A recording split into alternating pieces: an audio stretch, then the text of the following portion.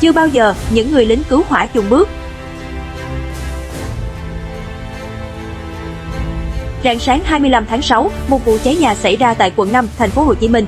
Nhận tin báo, lực lượng cảnh sát phòng cháy, chữa cháy và cứu nạn, cứu hộ nhanh chóng có mặt, triển khai đội hình, khẩn trương tiếp cận đám cháy. Bất ngờ, một số cấu kiện tại hiện trường đổ sập trực tiếp vào khu vực các chiến sĩ đang làm nhiệm vụ. Bằng bản lĩnh và sự nhanh trí, họ đã kịp thời thoát khỏi vùng nguy hiểm. May mắn, không có ai bị thương. Không chùn bước, lực lượng chữa cháy chuyên nghiệp vẫn tiếp tục thực hiện nhiệm vụ. Đám cháy được khống chế và dập tắt hoàn toàn không lâu sau đó, thành công ngăn chặn cháy lan sang các hộ dân gần kề.